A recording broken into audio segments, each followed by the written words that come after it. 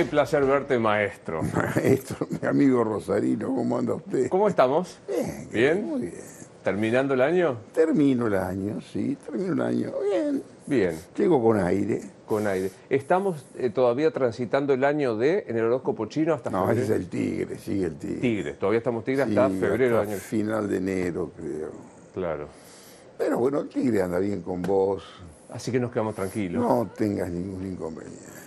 ¿Qué cierra este año? Digo, te estuve leyendo. Me gustó mucho lo de la doctorología. Todo el mundo hace doctorología a partir de la renuncia. A partir de la renuncia, antes de la renuncia, para ver si se la condenaba, para vanagloriarse después de haberla condenado. Para colmo ella, que es verdaderamente muy habilidosa para captar la atención y concentrar la centralidad, en un momento donde prácticamente se cierra un paréntesis de entusiasmo mundialista, en los medios se habla de Messi o de ella. ¿No es cierto? De ella, si la condenan, porque la condenaron, porque comete, te diría lo que yo creo que es un acto de inteligencia, que es el renunciamiento.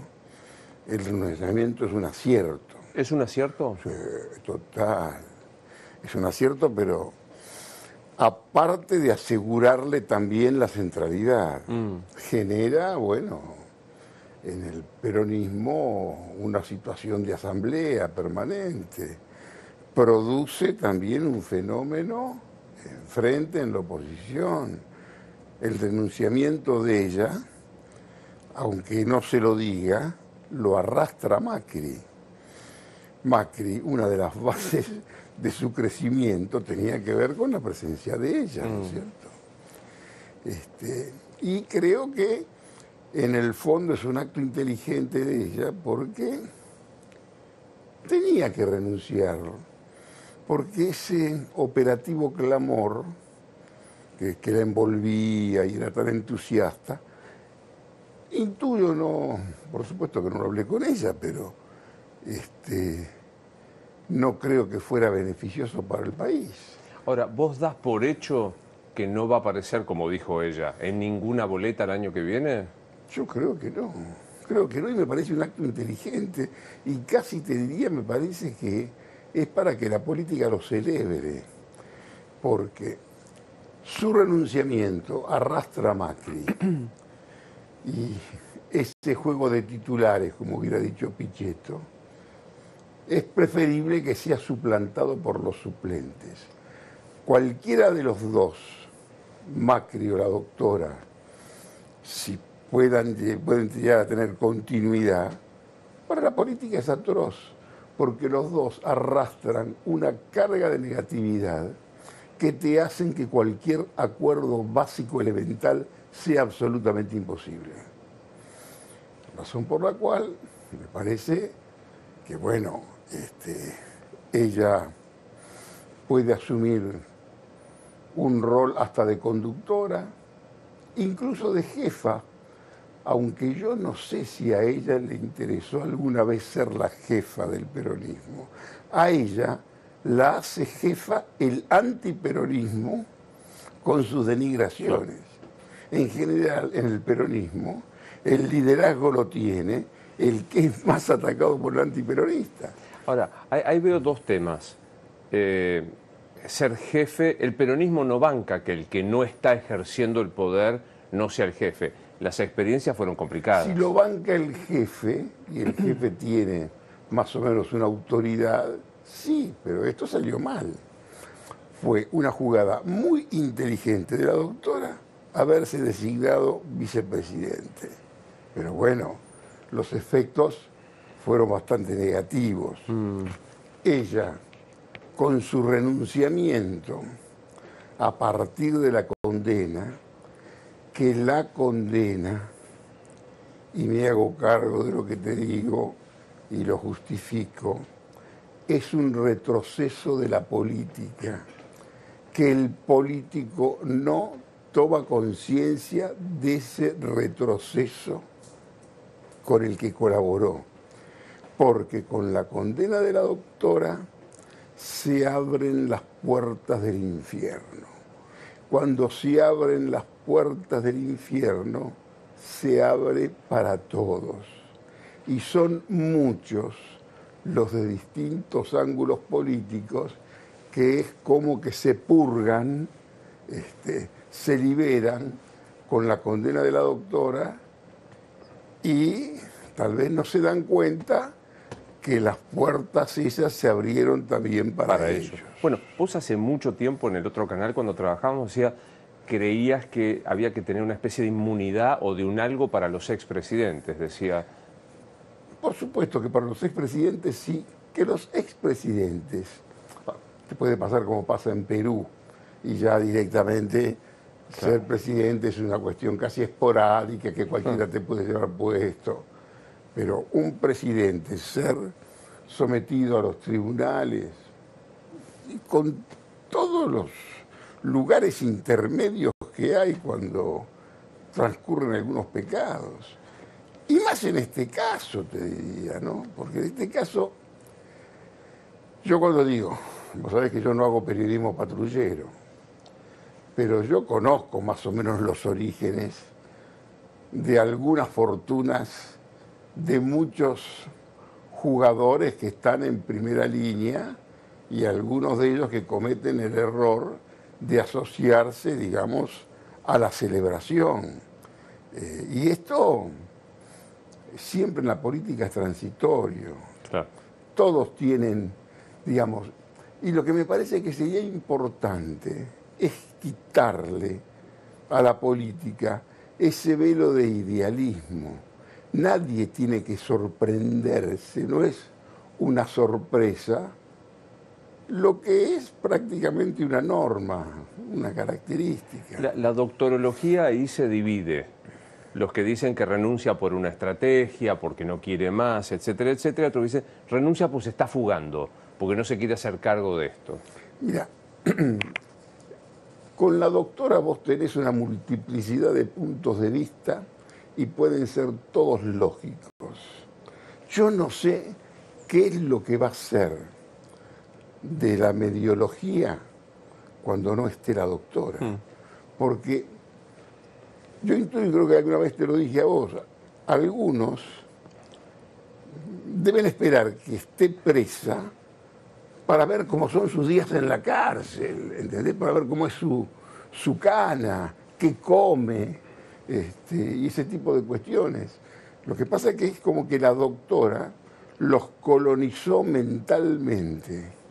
Y hay canales enteros, que vos sabés que son 24 horas diarias, que hablan de la doctora. Aburren al hablar tanto de la doctora, que vos lo ves, y que sea a favor o en contra. Esto ya es un valor en sí mismo para discutir, porque lo que vende es ella.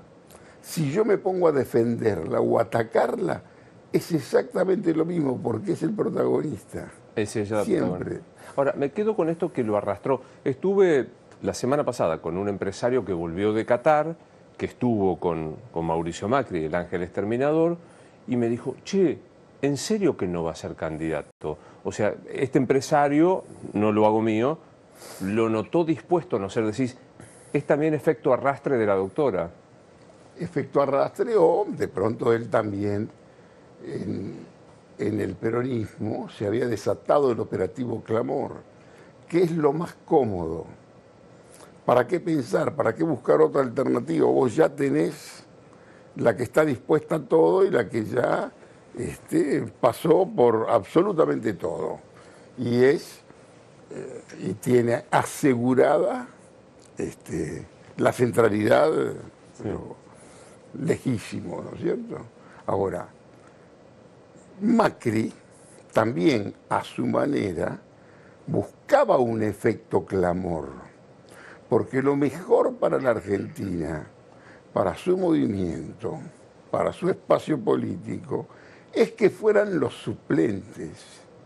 Y con su acción con esa manera de ser candidato sin serlo, de hablar con un perfil altísimo y darle consejos a la humanidad y cómo tiene que ser la política y lo que tiene que ser y cómo va a ser la próxima vez y demás, en realidad se fortalecía, exhibía un crecimiento político, crecimiento del político, también más político que cuando era presidente y de antes incluso de ser presidente.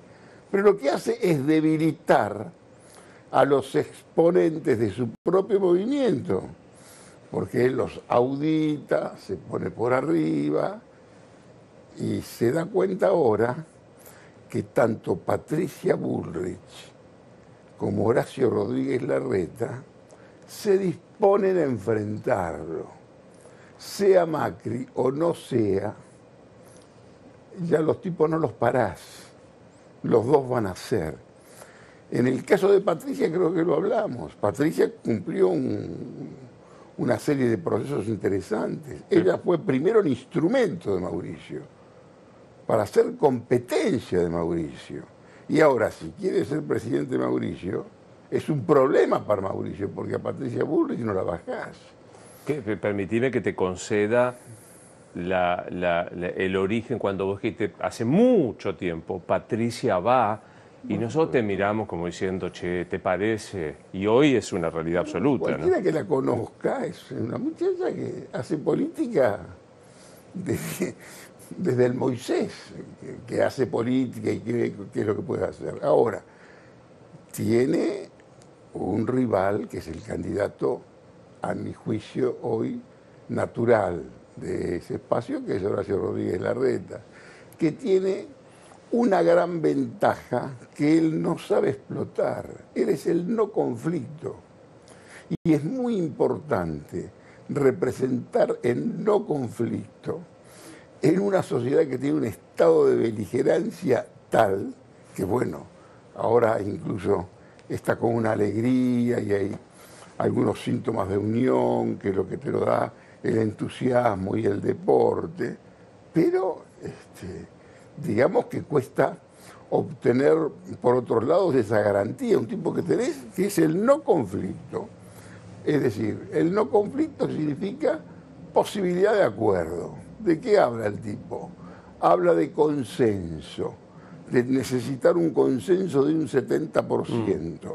Se le puede reír Milei o los supuestos halcones, porque te parece que es una tibieza, pero si vos no tenés un 70-75% de acompañamiento de tu sociedad, no podés hacer absolutamente nada. Ahora, a mí, un personaje como Larreta, que viene ya con una experiencia de gestión importante, me parece que es para mirarlo de otro modo, ¿no es cierto? Detalle, el que te voy a preguntar. ¿Por qué se hizo tanto hincapié en cuando Horacio Rodríguez Larreta, ahí, sentado, contó que está de novio? ¿Te importa esa edad? Yo no, Esos son frivolidades ya directamente. ¿A quién le interesa eso? ¿Cómo es frivolidad también creer que el fútbol y su alegría y los triunfos puede repercutir políticamente en alguien? La gente no es tonta. Se la subestima. Pero escúchame, si tienen que festejar, salen y festejan, y si tienen que salir y cortar, salen y cortan. No tiene absolutamente nada que ver una cosa con otra. Ahora, ese es un hecho, es una anécdota que me parece que debe ser bueno para yo lo desconocía, sinceramente, no.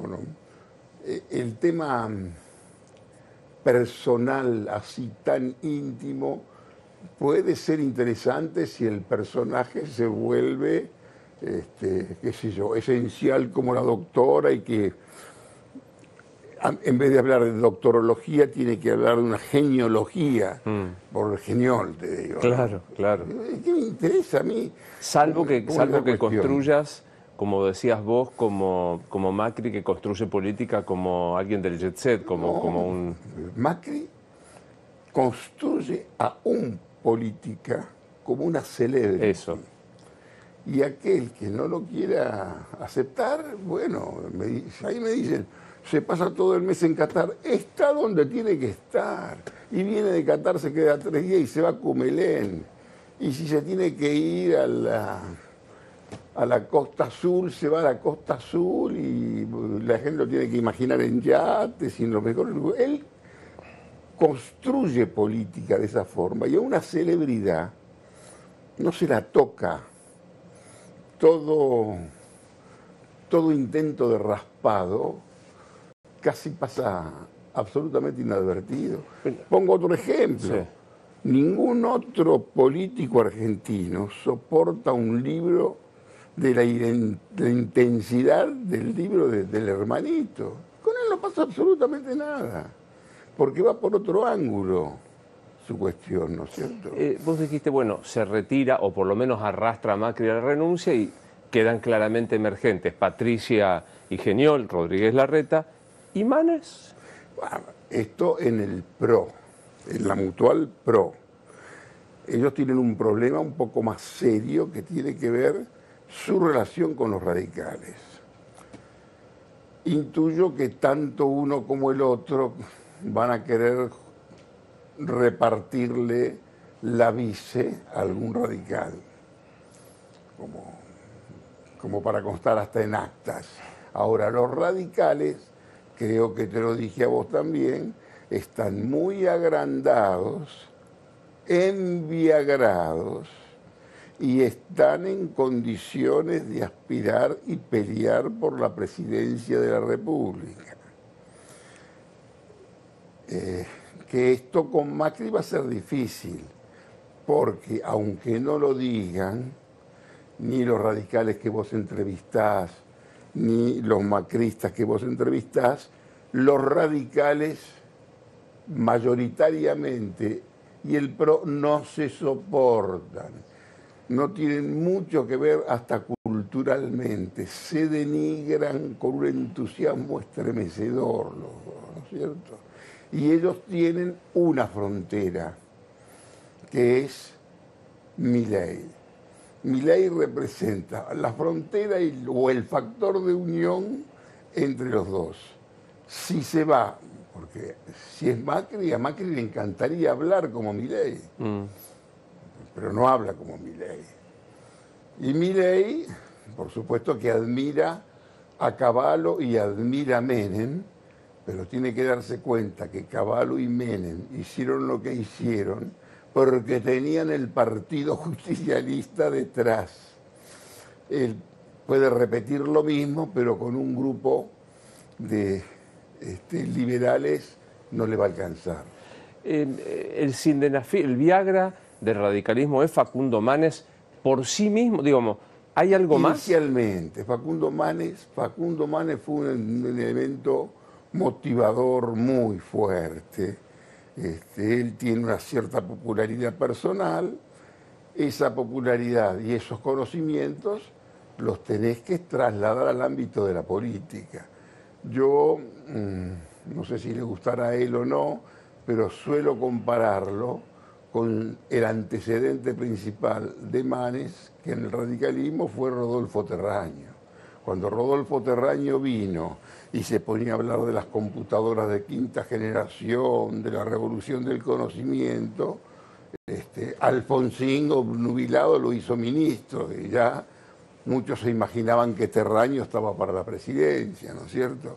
Que en el fondo es un discurso similar que tiene que ver con la revolución del conocimiento, que eso me parece inapelable y muy bueno, ¿no? ¿Hay más? Digamos, ¿hay Morales, hay Cornejo o no? Morales te diría que sí, no lo veo hoy todavía Morales. Morales tiene algo a favor, que es el cansancio absoluto del interior con el porteño. La principal vulnerabilidad que puede tener tanto Horacio como Patricia es su condición de porteño. Después de 4 años de Macri y 3 años del presidente actual, le va a ser muy difícil a otro porteño. Cosa no trasladable a la provincia de Buenos Aires, porque el problema de la provincia de Buenos Aires es distinto, no es la provincia de Buenos Aires la problemática de la capital, ¿no? Y ahí, bueno, viene, me parece que es lo que urge resolver en la Argentina, y no es en desmetro de otras provincias.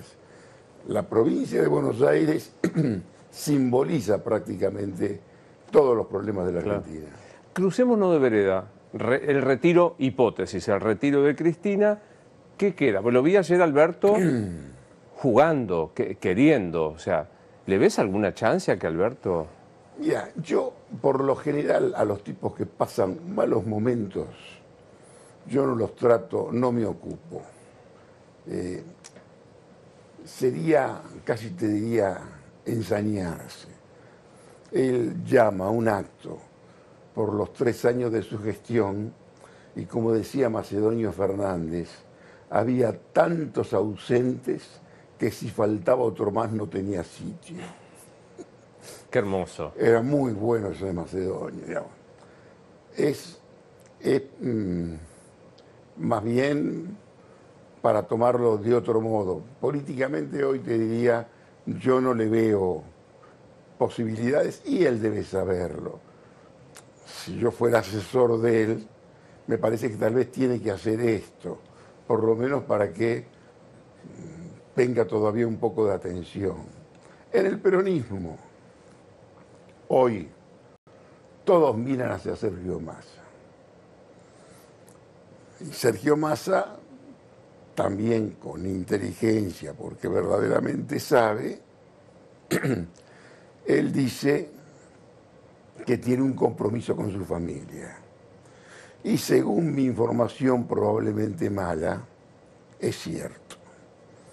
Es cierto, creo que alguna situación familiar lo tienta a él a dejar pasar este turno. Esta posibilidad, pero lo que pasa es que el mero hecho de haberse lanzado a intentar resolver este galimatías inviable que es la Argentina, lo pone a él en otro lugar, porque mientras es el que gobierna.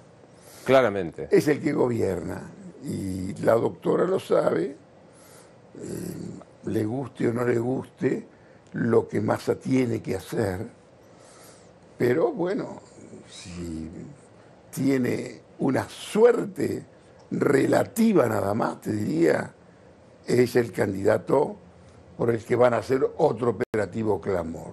Después tenés otro muchacho que es de Pedro, que también tiene ganas de arrimar su bochín. ¿Le ves con qué? ¿Aguado? Lo veo todavía, lo veo por lo menos que se preocupa, que es un muchacho de la cámpora rescatable, que se destaca mismo en la cámpora,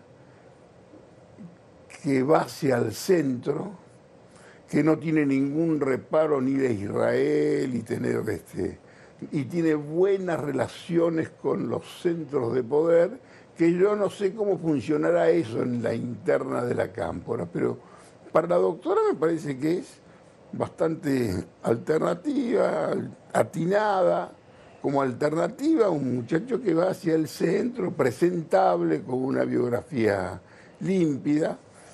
Creo que está hoy debajo de Massa. Después hay otra alternativa, que es la que todos husmean que se prepara y que nadie toma todavía demasiado en serio, que es la alternativa territorial gobernadores que viene desde el interior. Ahí tenés todos los que pueden ser y ahí tenés el que se anima a ser. El que se anima a ser, aunque no lo diga, yo sé que es Juan Mansur, que también tiene una especie de concepción política. Es muy raro porque casi nadie lo entrevista a Mansur. No acepta entrevistas. Y no debe aceptar también por cierta inteligencia, porque está al lado de Alberto Fernández y no debe querer tener alguna susceptibilidad, pero es un tipo que considera que la política, la gran política, es la política internacional. Aunque te parezca mentira, tucumano como Bautista Alberdi, de ahí, pero es la política internacional. Y ahora empieza a trascender, el tipo se va invitado a Israel por el gran rabino de Israel a encender las venas de Hanukkah, una cosa. Y él tiene una especie de, casi te diría, que entre Mansur y Massa, entre los dos, hay más capitalismo que en Todos Juntos por el Cambio. Porque no tienen absolutamente nada que ver con lo que se le endilga tan fácilmente a los peronistas, que es la asociación con Nicaragua, Venezuela y todo ese recitado que es bastante fuerte y conocido. Vos siempre lo has reclamado y no aparece. ¿No hay más gobernadores? Porque digo, los Perotti de Santa Fe, Schiaretti de Córdoba, Uñac de San Juan, y siguen los nombres. ¿Dónde están? Tiene que ver también con lo que es la Argentina hoy. Luis, cuesta convencer a un santafesino que Santa Fe anda bien. ¿Entendés? Santa Fe no es solamente la problemática de Rosario.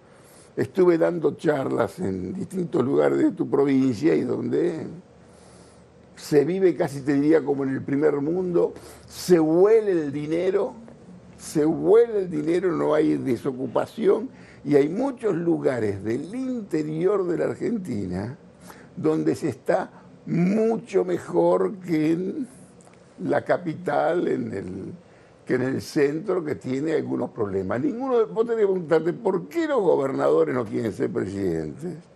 Porque pagan los sueldos, la provincia funciona más o menos bien, algunos que tienen grandes centros urbanos atraviesan sus problemas, pero los tipos la llevan, casi te diría, y alguno me dice, déjame con mi siesta y quédate con el conurbano, porque tenés que venir y resolver. Lo principal que se tiene que resolver en la Argentina es esa problemática de la provincia de Buenos Aires que te engloba todo, claro, porque tiene ese conurbano que no es un conurbano bonaerense nada más, sino que tiene que ver con toda la historia argentina, con las inmigraciones internas, con la generosidad ante la inmigración externa, con todo esto que pasó y que no se le encuentra la vuelta.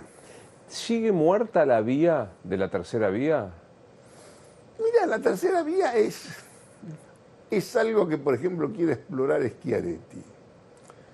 Schiaretti, que yo creo que tardíamente toma conciencia de que puede encarar un proyecto nacional, es el que hoy quiere hacer un nuevo frente sin Macri y sin la doctora, sin kirchnerismo ni macrismo. Quiere armar. Me parece que es un poco tarde y es difícil para hacerlo hoy. Pero es uno de los que piensa que, bueno, que tiene que haber otro nivel protagónico en materia política, ¿no? ¿Y Milei? Y Milei, lo hablamos de Milei. Milei hoy es la garantía y es la frontera. ¿Es la garantía para que estén juntos? No. Milei es más atravesada la cuestión. Milei, su crecimiento de Milei es necesario para el peronismo. Sí. Sobre todo en la provincia de Buenos Aires, donde no hay segunda vuelta ni nada, ¿no es cierto? Milei está ahí en una encrucijada, porque Milei, lo importante de Milei es Milei, es él. Y su fuerza política son los reportajes a Milei. Y todos que, bueno, Muchos quisieran en el PRO hablar con Milei, tenerlo a Milei, pero es una frontera. Y el muchacho tuvo el acierto de convencer a los jóvenes que el liberalismo tiene algo que ver con la protesta social y con esta especie de manifestación y de emancipación de toda esa cosa de plazo corto que tiene, que es crecer en política a partir de la denostación de la política. Es imposible, podés crecer un poco, podés capitalizar el rencor hacia el político que no acierta, pero creo que no hay un político que se atreva a decirle, a pararse y decirle, no tengo nada que ver con la casta. Cuando te pones a denigrar y a decir los chorros, ladrones de la política, nadie quiere salir como en representación de la política a defender otro discurso, ¿cierto? En este marco, digo, es interesante lo que sí, ¿no? Milei, que convence que el antisistema es uno de los protagonistas centrales del sistema. Es, que es demasiado. es fuerte. Es titánico. Pero es original, bueno, hay que decir bueno, que eso. sí. ¿Lo tratás a Milei? Pero por supuesto, le tengo afecto a Milei. Definime lo que es política y personalmente. No, me parece que es un tipo muy astuto e inteligente y me parece que de a poco él si hubiera tenido otro nivel de asesoramiento, lo que le hacía falta a él es un poco de peronismo. Los únicos que pueden bancarlo y llevar algunas ideas de las que tiene Milei es algún sector del peronismo siempre. Bueno, Menem lo probó. Bueno, no solamente lo probó, lo hizo. Claro. Pero digamos, que tiene que ver con la explotación política de algunas ideas que son, a veces, él tiene concepciones del Banco Central Claro. y que no son acompañables, pero con esa especie de desborde, si lo puede tener un poco controlado, porque como en una obra de teatro, sé que te gusta el teatro, todas las empresas aceptan un momento de locura. Si vos más o menos esa locura la manejás muy bien, quizás lo querés sí para el Parlamento, no querés un tipo así para que maneje tus intereses, tu dinero, ¿no es cierto? ¿Alguna vez dijiste en la Argentina lo único que está garantizado es el fracaso, ¿no? Esta cosa que todo lo hacemos fracasar. ¿Cuándo comienza este declive permanente? ¿Cuándo comienza el declive? Y mira, yo también te dije muchas veces que todo termina mal. Todo arranca muy bien y hasta lo que parece que anda muy bien y que funciona, por algún lado surge el factor trucho y todo se va abajo, ¿no es cierto? ¿Dónde comenzó? No sé. Lo que hay es una vocación por el fracaso muy fuerte, que le puedes poner fechas. Algunos ponen arbitrariamente fechas de golpes de Estado. Yo no creo que sea así, porque todos los golpes también vinieron por algo y no es la cosa tan para andar echando culpas tan fácilmente para justificar. Como tampoco las culpas son, que es lo que me preocupa un poco más. La doctora, yo te dije que tuvo un acierto al decir que no es candidata a nada. Le chinga, se equivoca con las causas de ese renunciamiento. Creer que en la Argentina existen mafias. Y vos, por tu origen italiano, también sabés que la mafia es otra cosa. Sí, claro. Que se confunden posiciones dominantes con mafia, que muy fácilmente, así como se denigra cualquier sistema político que no es liberal por decir es populismo, y se habla de populismo sin saber lo que es el populismo, también de la misma forma bartolera te podés acusar a otro de mafioso, cuando hay algunos pesados, de verdad, que en una mesa de pesados en serio, estos señalados como mafiosos no podrían ni siquiera servir el café. En esa inteligencia, Cristina tilda de mafia el viaje al Lago Escondido, los jueces, Clarín y etc. Eso no es mafia, eso es el factor trucho.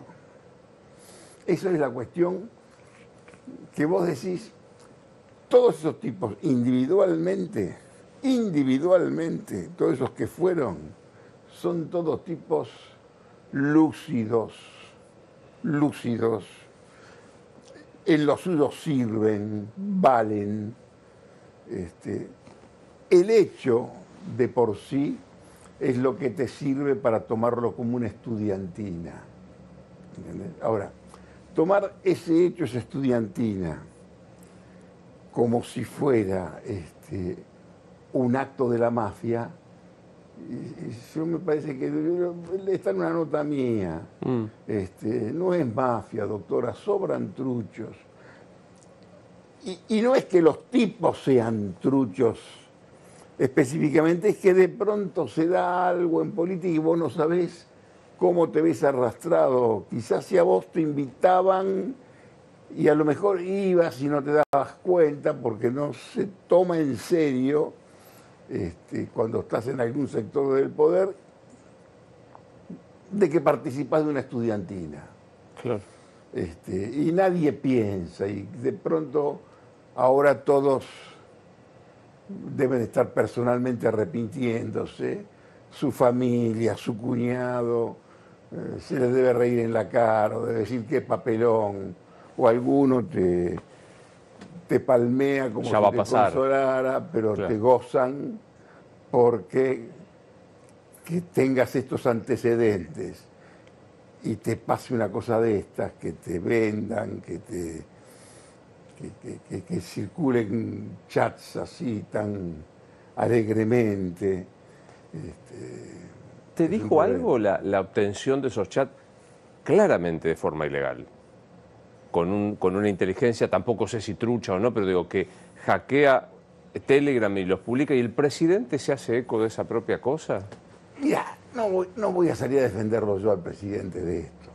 Lo que sé es que todos disfrutan de esos chats cuando llegan de la forma en que llegan. Cuando esto tiene mucho que ver con los bandos en el que uno se mete, ¿no es cierto? Si sos la víctima de una operación de esas, por supuesto, pero es como lo dice alguno que está en el chat. Cualquier cosa denunciemos el acto de espionaje, pero lo que pasa es atroz. Y eso lo sufrió la doctora, y eso lo sufre la doctora en la condena, porque vos tenés una condena donde zafan todos los jefes de gabinete, Los donde ministros. zafa el ministro del área y están basadas las culpabilidades de la doctora en chats. Chats, por supuesto, de José López diciendo esto y lo otro. Todo esto tiene que ver, te repito, con el factor trucho. El factor trucho que es elemental. Y en esto, yo nunca, fíjate si en algunas historias de algunos artículos míos, jamás utilicé un chat de nadie, una grabación de nadie, y casi te diría, si me ofrece a mí alguien una grabación de estas, lo tomo como un insulto. Jorge, ¿te gusta la categoría del optimismo para analizar el país o del pesimismo en su caso, o crees que es una exageración del ánimo? No, mira, yo soy optimista con respecto a la Argentina. ¿Sos optimista? Sí, por supuesto que soy optimista. Yo que soy el que digo que todo en el fondo sale para el demonio, Pero en la práctica sí. En Argentina vos tenés... acá el problema es que aquel que acuerda es un débil. Si vos estás en el gobierno y querés acordar, llamás al diálogo y no, lo que pasa es que vos querés compartir tu fracaso, mejor prefiero que fracases solo, que te vaya bien hasta el demonio y después veo si yo me meto. Y esto me parece que es una cultura que tiene que acabarse. Por eso mismo te digo yo que lo mejor para la Argentina es que la candidatura no sea para la doctora o para Macri, porque ya desde ahí lo que garantizás es la continuidad del rencor, de la bronca, y va a seguir esta beligerancia. Y a mí yo confío mucho en la otra generación, en la generación de los tipos que tienen 50 años hoy, en los pibes de la cámpora que crecen, los radicales que vienen de la juventud radical que crecen, los tipos de 50 años que ya están sobrepasados de fracaso de generaciones anteriores y que tienen una situación en la práctica muy favorable para la Argentina. ¿Y sos optimista con el periodismo? El periodismo es otra cosa. El periodismo en realidad es una cuestión individual. Es individual esto. Ya, en estos días del Mundial, que se decía tanto de que la política puede aprovechar este estado, casi todos los programas políticos se improvisaba hablando de fútbol. A mí, ¿qué me importa de un tipo que no es especialista en un programa habitualmente dedicado al poder, a analizar del poder, la política, que se pongan a decir obviedades que puede decir cualquier periodista deportivo? El tema me parece que es individual y me parece que tiene que ver, si vos querés, con la capacidad que puede tener cada uno y tratar de tener su propia información. ¿Y en qué es lo que yo insisto en esto? No se puede hacer periodismo para consolidar a un tipo en lo que él cree. Es decir, si yo estoy en determinado medio, tengo que hablar bien de Macri y masacrar a la doctora, y si no, a la inversa. Me parece que no, el periodismo que está para consolidar en una posición al lector, a su consumidor, y eso también creo que tiene un plazo muy corto de duración. Por supuesto que es más difícil lo otro. Yo no es que te quiera hablar de mí, pero te putean de todas partes. Sí. Entonces, cuando un tipo que es consumidor de televisión se pregunta, ¿y para quién juega Novarecio? La misma pregunta ya prácticamente te deslegitima el ejercicio del periodismo. Si el hombre que nos mira ahora tiene que pensar, ¿para qué lugar pateo yo? Si yo pateo para el peronismo, para el antiperonismo, para esto, para aquel. Y me parece que el periodista tiene que conservar su criterio, su información, probablemente mala, su trabajo, ¿no es cierto? Estamos a 15 días de que termine el año, esto seguro es la última nota que hacemos este año, y te deseo que sean más seguidos el año que viene. ¿En qué estado de la vida está? ¿En qué etapa de tu vida está, Jorge? Mira, estoy, te diría, en una pausa. En una pausa entre espiritual, muy hacia adentro,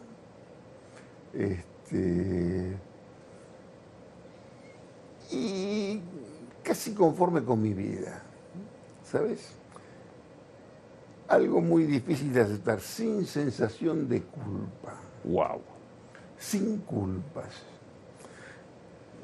Tengo 76 años, 77 en marzo. Creo que entre las cosas que hice y las que no hice, ¿viste? Mira, algunas cosas me pudieron faltar hacer, qué sé yo, pero en realidad en general estoy conforme con lo mío. Claro que permanentemente, yo creo que en cada cuadra de Buenos Aires tengo una historia. Y como mi manera de ver es bastante literaria, soy una especie de pensamiento literario permanente, te diría. Pero la verdad que estoy de acuerdo. Estoy de acuerdo, pude haber hecho algunas otras cosas, pude haberme arrepentido de alguna, y bueno, pero estoy en una etapa, casi te diría, 7 puntos, 7,50. Es poco, ¿eh? No, pero digo, me quedé pensando cuando dijiste tu edad, que jamás te hubiese preguntado, estás estupendo físicamente. ¿Te pesa el paso del tiempo? Mira, por supuesto, sí, aparte hubo un episodio que pasó hace poco en mi vida. Murió la madre de mis hijos. Estaba separado hace 22 años yo de ella. Pero bueno, fueron 30 años juntos, ¿sabes? Fueron prácticamente una especie de incitación permanente al balance, ¿no es cierto?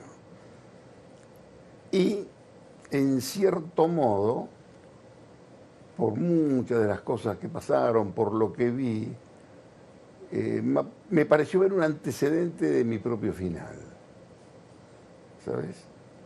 Razón por la cual es una toma de conciencia de lo importante que es estar todavía bien, poder ironizar, poder disfrutar de una charla como esta, y tener para mucho tiempo todavía. Alguna vez te lo pregunté y es un leitmotiv de este programa. Asumo que no ha habido cambios, aunque quedo choqueado con esto de percibir el anticipo de tu propio fin que acabas de decir. Y nos morimos, ¿y qué pasa? Nada, absolutamente nada. Y el que se muere pierde. Como el que se muere pierde, muchachos, no hay que morirse, hay que aferrarse, hay que tomarse la copa de vino, hay que viajar todo lo que vos quieras viajar, hacer lo que tenés que hacer y lo que tenés ganas de hacer, y el resto. Y algo que dijiste muchas veces y que yo desde entonces tomo muy en cuenta, nunca jubilarse. Jamás. Mira, yo en eso no es jactancia, nada. Yo no puedo mirar la vida como un jubilado. Yo no me jubilé todavía. Y no voy a jubilarme. Salvo, qué sé yo, no puedo decirlo, no es. Claro. Pero no me quiero, no quiero ver la vida como un jubilado. Estoy en actividad permanente. Doy mis charlas, publico mis artículos. Tu Jorge Asís digital. Trabajo en algún libro, siempre surgen ideas de nuevos libros. Pero bueno, este año tuve algunos choques muy fuertes. Claro. Que fueron años y con todo lo que viene después, porque las cuestiones que aparecen, fotografías que aparecen, Claro. que te las traen, que te las aportan. Y cada foto tiene una historia, ¿sabes?